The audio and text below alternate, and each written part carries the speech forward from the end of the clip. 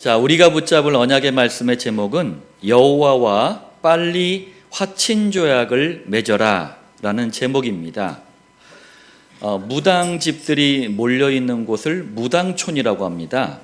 제가 이제 전도를 갔는데 어떤 무당은 전도하러 나왔다니까 갑자기 들어가더니만 바가지에다가 소금을 들고 나와가지고 재수없다고 저한테 막 뿌리더라고요. 또 어떤 무당은, 이분은 전라도 분이셨는데 욕을 버라이어티하게 하시더라고요. 그런데 또 어떤 무당은 마치 그냥 기다렸다는 듯이 점잖게 복음을 듣고 예수님을 영접하고 그런 일도 있습니다. 왜 이렇게 사람들마다 다를까요? 서론입니다. 성경과 교회 역사를 보면 사람들에게 복음이 증거될 때마다 크게 두 가지 반응이 있었어요.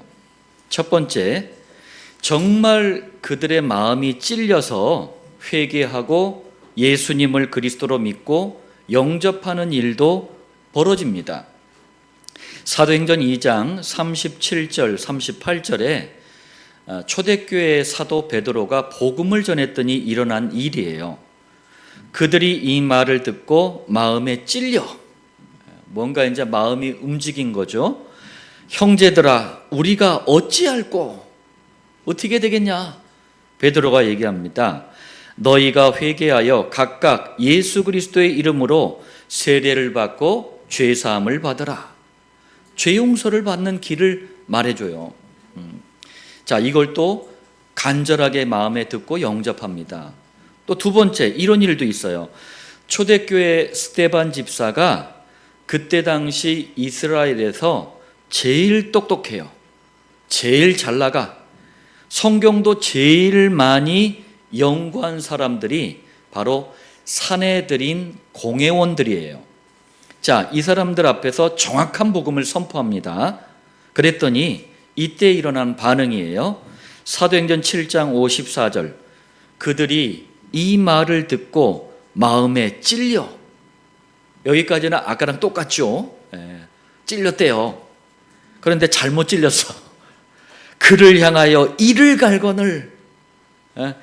복음을 듣더니만 이를, 이 치아 있잖아요. 치아를 막 갈고 분노한 거예요. 너무 갈아가지고 이가 다 없어졌대네. 자, 그러더니 7장 57절에서 58절에 보니까 그들이 큰 소리를 지르며 귀를 막고 일제히 그에게 달려들어 성 밖으로 내치고 돌로 칠세. 복음을 전하니까 듣기 싫다고 막 귀를 막고 막 소리를 지르고 막 달려들어가지고, 이때 당시에는 이게 일종의 즉결 재판이에요. 성 밖으로 끌고 나가 돌로 막 쳐 죽인 거예요, 스데반 집사를. 자, 이런 일들도 벌어집니다. 서론 말씀을 좀 기억하시면서 본론 첫 번째인데요. 여호수아서 9장을 보면 여호와 하나님의 구원 사역 앞에서 두 가지 반응이 나타났어요. 그래서 제가 서론을 말씀드린 겁니다.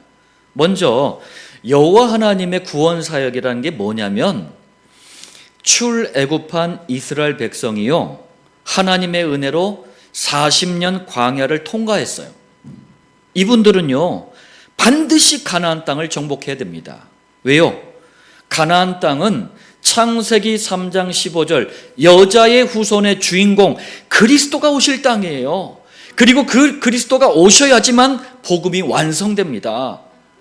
이 모든 과정을 여호와의 구원 사역이라 그래요.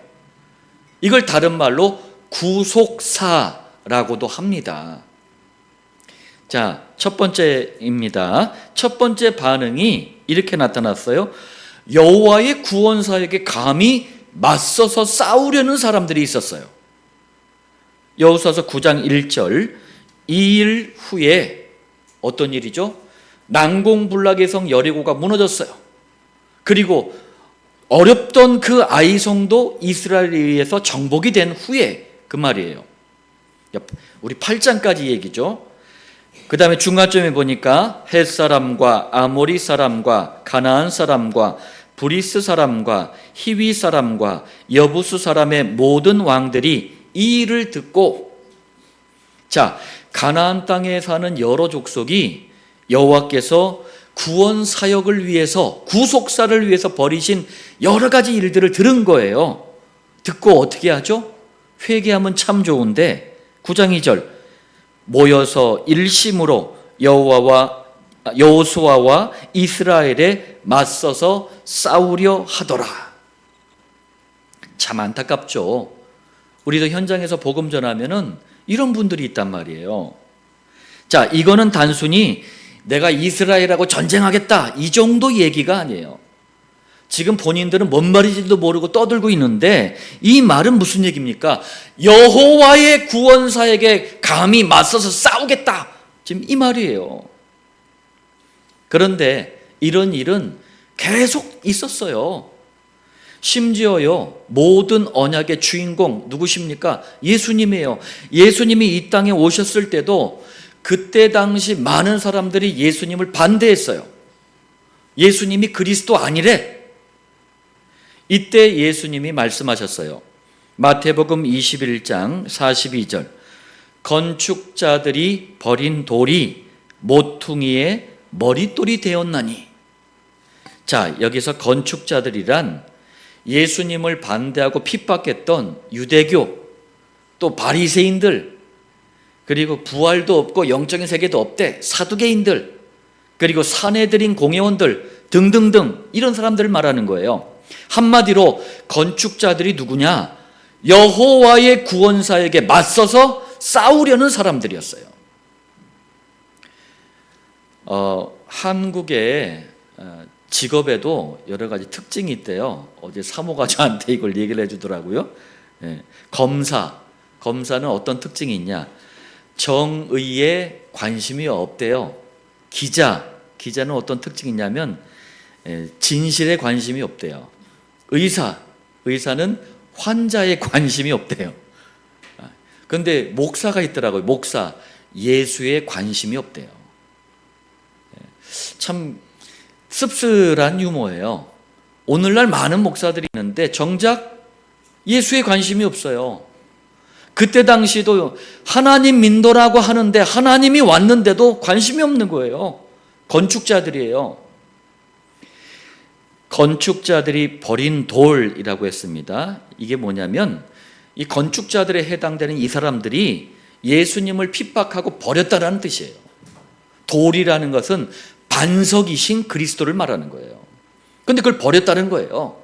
또 모퉁이의 머릿돌, 이건 무슨 말이냐면 건물의 지붕이나 또 바깥쪽의 계단, 아니면은 성벽을 건축하는 데 있어서 가장 중심이 되는 돌이에요. 이 돌은 건물의 모양을 결정하는 아주 중요한 돌입니다. 그래서 모퉁이의 머릿돌, 이 말은 예수님을 말하는 거예요. 자, 정리를 하면은 건축자들, 곧 그때 당시 유대교 종교 지도자들은 여호와의 구원 사역을 거부하고 예수님을 맞서서 싸우려고 했어요. 그렇지만 예수님은 구원 사역의 가장 중요한 모퉁이의 머릿돌이 되신 거예요. 다시 말하면 예수님은 구원 사역의 가장 중요한 핵심이 뭡니까? 창세기 3장을 해결하는 그리스도의 일이 핵심이란 말이에요. 이게 모퉁이의 머릿돌이라는 의미예요. 자, 이렇게 구원 사역에 맞서서 싸우려는 사람들을 향해서 예수님이 또 말씀합니다. 마태복음 21장 43절, 하나님의 나라를 너희는 빼앗기고, 여호와의 구원 사역에 맞서서 싸우려고 하고 예수님을 거부했기 때문에 하나님의 나라를 빼앗긴대요. 그뿐만 아닙니다. 43절, 그 나라에 열매 맺는 백성이 받으리라. 유대교에 잡힌 유대인들이 구원 사역에 맞서 싸우려고 하니까 복음이 이제는 이방인들을 향해서, 저 불신자들을 향해서 증거된다는 말씀이에요. 그리고 시간이 흘러서 이 말씀대로 21세기 안디옥교회 여러분도 하나님 나라의 복음을 받은 거예요. 이스라엘과 멀리 떨어진 우리나라가 2000년 전에 하신 이 예수님의 말씀의 성취를 보고 있는 겁니다. 두 번째입니다. 두 번째 반응은 이번에는 반대예요. 가나안 7족속 가운데 급하게 이스라엘과 화친조약을 맺으려는 사람들이 있었어요. 화친조약이 뭐죠? 야, 우리 이제 니캉네캉 싸우지 말고 잘 지내자 약속. 이게 이제 화친조약이에요. 싸우지 말자. 이제. 자, 한마디로 여호와의 구원 사역에 참여하려는 사람들이 있었다는 얘기예요. 아직도 가족 중에 우리 예비 성도들, 예비 그루터기들이 있는 가정은 정말 기도하시길 바랍니다. 하나님, 우리 가족이 빨리 여호와와 화친조약을 맺게 하옵소서.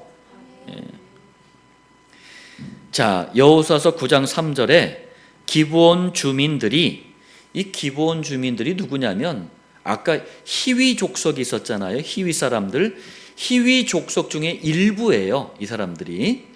그러니까 다 여호와를 대적하려고 덤빈 게 아니에요. 기브온 사람들은 제외됐습니다. 이 사람들이 여호수아가 여리고와 아이에 행한 일을 듣고, 기브온 사람들이 우상 숭배의 대표적인 성, 그게 여리고와 아이성이거든요. 이게 박살난 소식을 들은 거예요.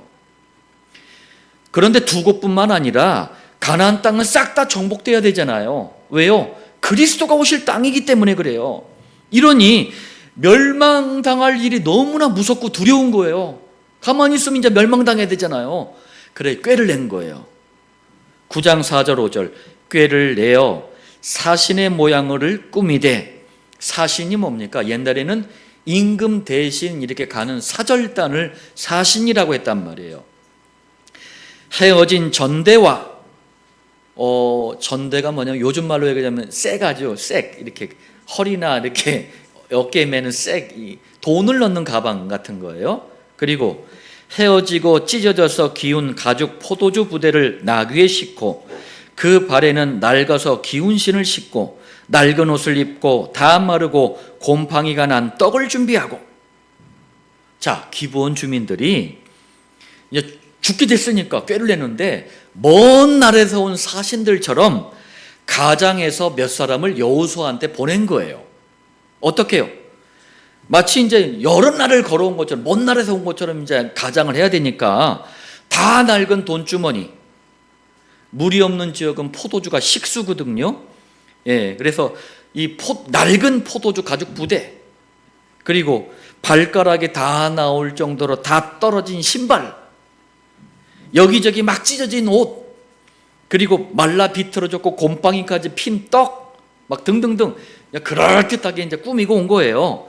먼 나라에서 여행 온 사신입니다. 지금 이렇게 한 거예요. 그리고 9장 6절 중간에 보니까 여호수아에게 이르러 그와 이스라엘 사람들에게 이르되 우리는 먼 나라에서 왔나이다. 이제 우리와 조약을 맺읍시다. 우리는 먼 나라에서 당신들 소식을 듣고 왔습니다. 우리와 화친 조약을 맺읍시다. 그러면서 또 이렇게도 말합니다. 9장 24절 그들이 기브온 사신들이에요. 여호수아에게 대답하여 이르되 당신의 하나님 여호와께서 그의 종 모세에게 명령하사 이 땅을 다 당신들에게 주고 이 땅의 모든 주민을 당신들 앞에서 멸하려 하신 것이 당신의 종들에게 분명히 들리므로, 큰일 났죠. 당신들로 말미암아 우리의 목숨을 잃을까 심히 두려워하여 이같이 하였나이다. 한 번은 강하게 얘기하고 이번에는 그냥 깨갱하면서 얘기하는 거예요. 예? 쉽게 말하면 가나안 땅을 여호와께서 다 정복할 것을 우리가 들었다. 우리는 죽은 목숨이다. 제발 우리를 살려주고 화친 조약을 맺읍시다. 간청하는 거예요. 결국 9장 15절입니다. 여호수아가 곧 그들과 화친하여 그들을 살리라는 조약을 맺고 회중 족장들이, 중간 지도자들이죠, 그들에게 맹세하였더라. 자, 기브온 주민들을 받아들이기로 화친 조약을 딱 맺어놓고 절대로 멸망시키지 않겠다고 맹세까지 합니다.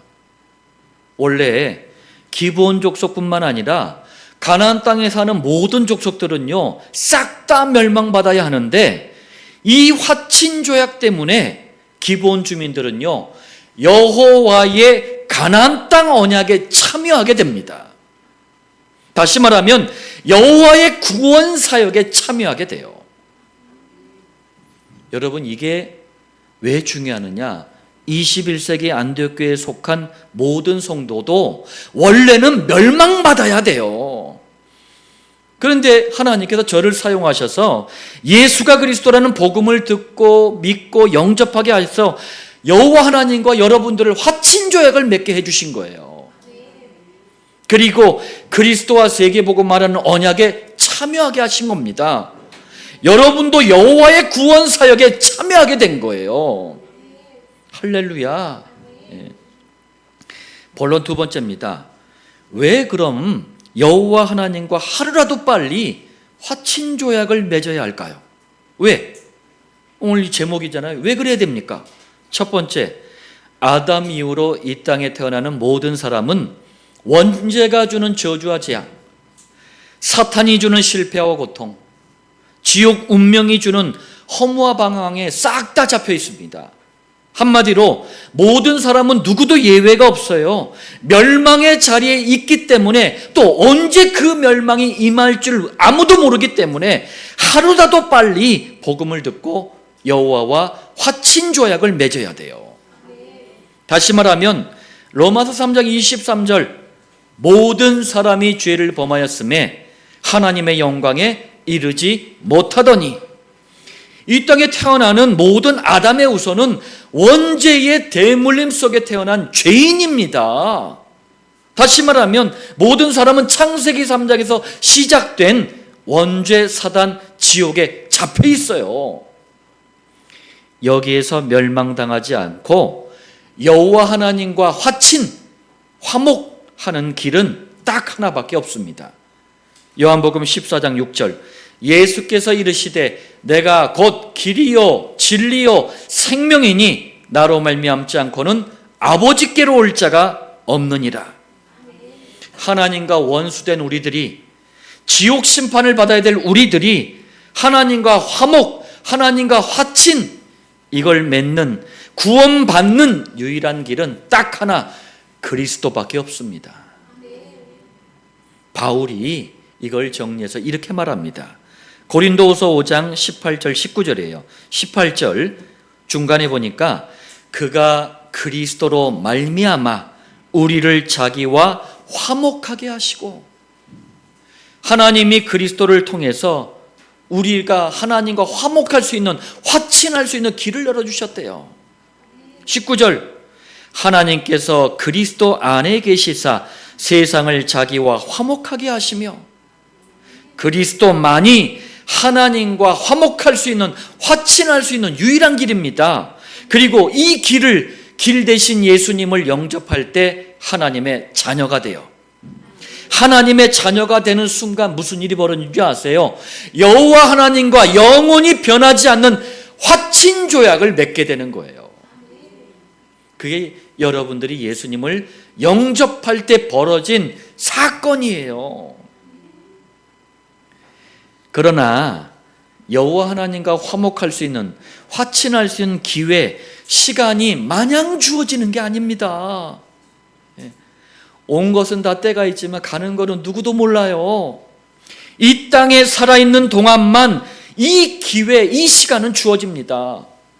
그러니 하루라도 빨리 여호와와 화친하라, 그 얘기예요. 우리는 당장 내일 무슨 일이 일어난지 아무도 모릅니다. 잠언 27장 1절이에요. 너는 내일 일을 자랑하지 말라.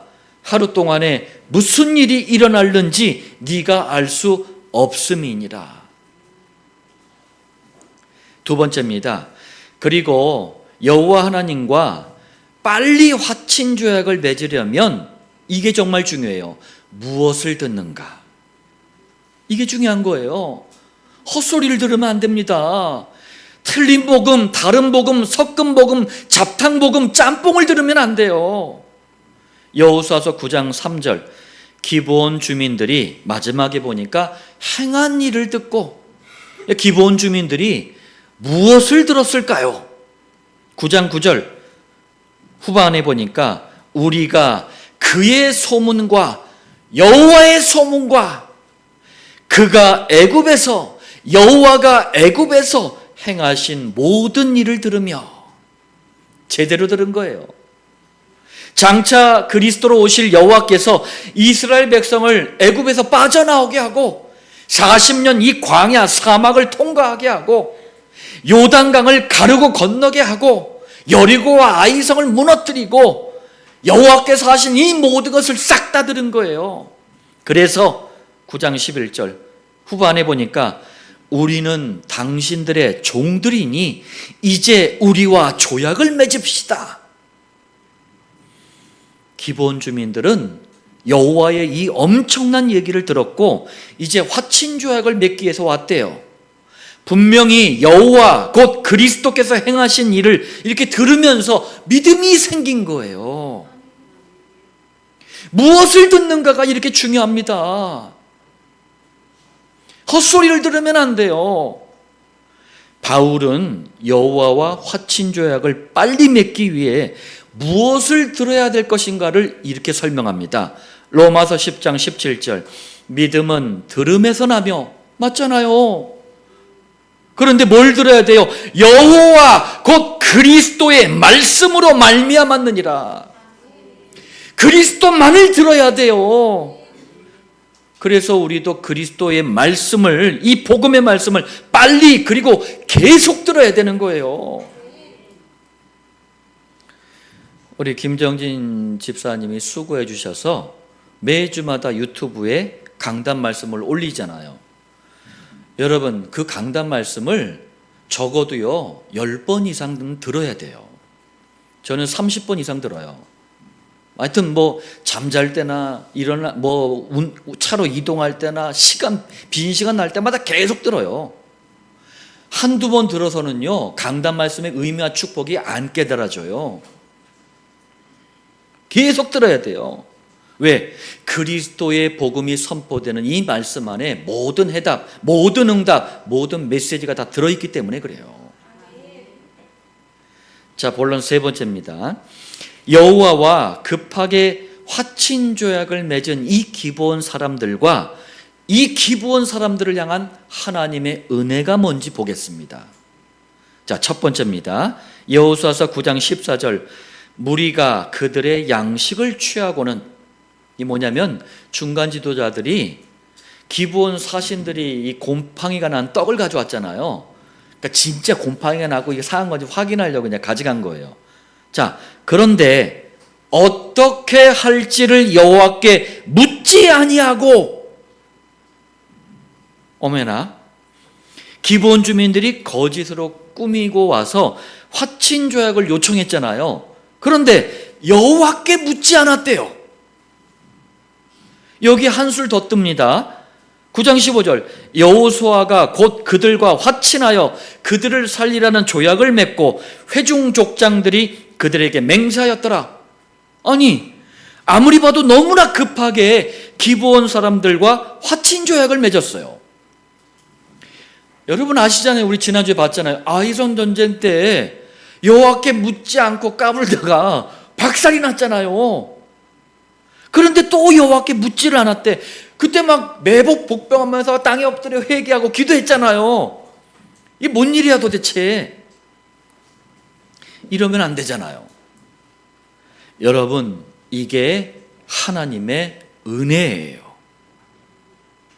아니, 여호와께 묻지 않은 게 왜 하나님의 은혜입니까? 여호수아서 9장의 이 사건은요, 아간의 탐심, 그리고 여호수아와 이스라엘의 교만 때문에 아이성 전쟁 때 실패한 그 사건과 성격이 다른 거예요. 바울은 이걸 이렇게 해석을 합니다.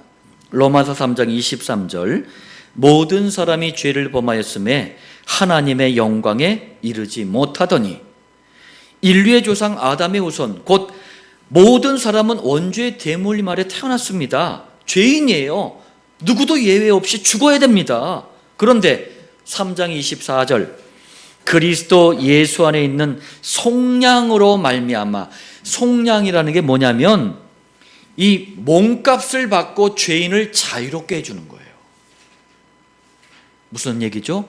그리스도가 여러분을 대신해서 속량해 주신 거예요. 여러분들이 치러야 될 죄값을 대신해서 그리스도가 몸을 바친 거예요. 그리고 24절 하나님의 은혜로 값없이 의롭다 하심을 얻은 자 되었느니라. 이 사실을 믿었더니 값없이 의롭게 되는 은혜를 주신 거예요. 값없다라는 말은 가치가 없다, 값이 안 나간다는 얘기가 아닙니다. 너무너무 귀하기 때문에 가격을 정할 수 없을 만큼 가치가 있다는 뜻이에요. 값으로는, 이 가격으로는 정할 수가 없다, 따질 수가 없다라는 얘기예요. 이게 하나님의 은혜입니다.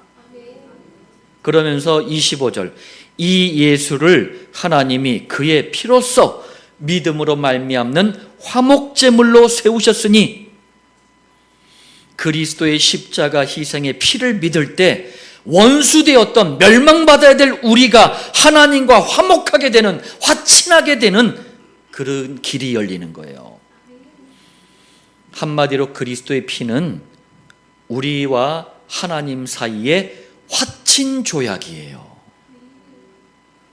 자, 그리고 25절 이는 하나님께서 길이 참으시는 중에 전에 지은 죄를 관가하심으로, 우리가 전에 지은 모든 죄를 간과하셨대요. 간과라는 게 뭐냐면은 자녀야 너 죄 졌지, 이런 게 아니고 성희야 나오니? 죄인데 알아, 다 봤어. 그런데 이러는 거예요. 모른 척. 이게 간과예요. 왜 그렇죠? 하나님께서 우리 죄악을 전부 따진다면 여러분, 저와 여러분은 싹 다 죽어야 됩니다. 그것도 한두 번 죽어야 되는 게 아니야.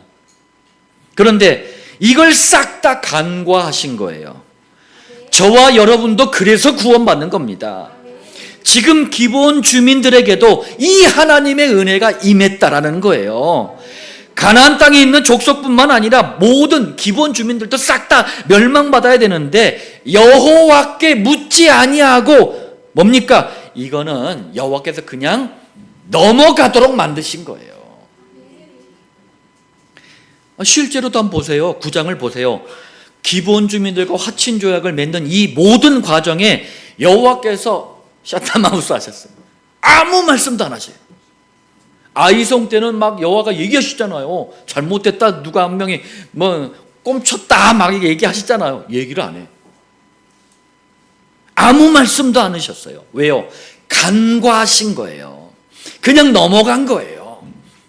여호와의 간과하심 때문에 결국 기본 주민들은 싹 다 구원을 받은 거예요. 이것이 하나님의 최고의 은혜입니다. 우리도 이 은혜를 받은 사람들이에요. 두 번째입니다. 여호와와 화친 조약을 맺고 난 후에 기브온 주민들은 어떤 자리, 어떤 위치에 있나 한번 좀 보겠습니다. 여호수아서 9장 27절 그날에 여호수아가 그들을 여호와께서 택하신 곳에서, 여호와께서 택하신 곳이 어디냐면 성막이에요. 성막. 회중을 위하며, 이스라엘을 위한 거죠. 여호와의 제단을 위하여 나무를 패며, 자, 번제 막 이런 이 희생 제사를 드릴 때는 짐승을 완전히 태워서 이제 드리는 제사들이기 때문에 어떻게 합니까? 반드시 나무가 있어야 돼요. 그러니까 나무를 이렇게 막 해오는 일을 하게 한 거예요. 또 물을 깃는 자들로 삼았더니, 물이 있어야지 이게 희생 제물로 가져온 짐승을 씻거든요. 그리고 물두멍, 지금 한국으로 얘기하면 세숫대야예요. 노수로 된 물두멍에 또 물을 이렇게 부어요. 그럼 제사장들이 거기 손을 씻고 막 몸을 씻거든요. 자, 무슨 말씀이죠? 그리스도를 상징하는 여호와의 성막에서 여호와께 예배드리는 가장 중요한 일을 수종드는 사람들로 기본 주민들을 받아들인 거예요. 여호와께서 만약에 간과하지 않으셨다라면 누가 이 은혜를 입겠습니까? 여러분들 지금 이 자리에서 예배 드리는 게 여호와께서 여러분들을 간과하셨기 때문에 이 자리에 나온 거예요. 아니 정말 가나안 땅의 모든 족속들, 그리고 이 기본 사람들 몇 명 받아도 마땅하잖아요. 그래도 모자라잖아요. 그런데 화친 조약을 여호와와 맺자 인생의 역전이 돼버린 거예요. 정말 놀랍고 엄청난 축복입니다. 이 축복을 우리가 받았다니까요. 비록 이방 족속이지만 여호와와 화친 조약을 맺은 기본 주민들이요, 구원의 대열에 선 거예요. 여호와의 언약에 참여를 한 겁니다. 가장 중요한 성막 예배를 가장 가까이에서 섬기는 자로 여호와께서 받아주신 거예요. 다시 한번 말씀드립니다. 우리가 이 놀라운 은혜를 받은 겁니다. 정말 감사하시길 바랍니다. 일평생 눈물로 감사해야 될 일이에요. 결론입니다. 모든 성도는 이 시대와 현장들이 여호와와 빨리 화친 조약을 맺을 수 있도록 도와야 돼요. 어떻게? 첫 번째, 멸망의 시간표가 기다리고 있는 수많은 불신자들이 하루라도 빨리 여호와와 화친 조약을 맺을 수 있도록 유일한 길, 여호와 곧 그리스도만 선포되는 강단 말씀을 전달해야 합니다. 두 번째, 교회를 다니지만요, 복음을 제대로 듣지 못한 교인들이 너무나 많아요. 교인들에게 여호와와 화친할 수 있는 길을 말할 수 있도록 정시 기도를 통해 말씀을 각인, 뿌리, 체질로 만드는 말씀 무장을 해야 돼요. 준비된 자를 하나님은 쓰십니다.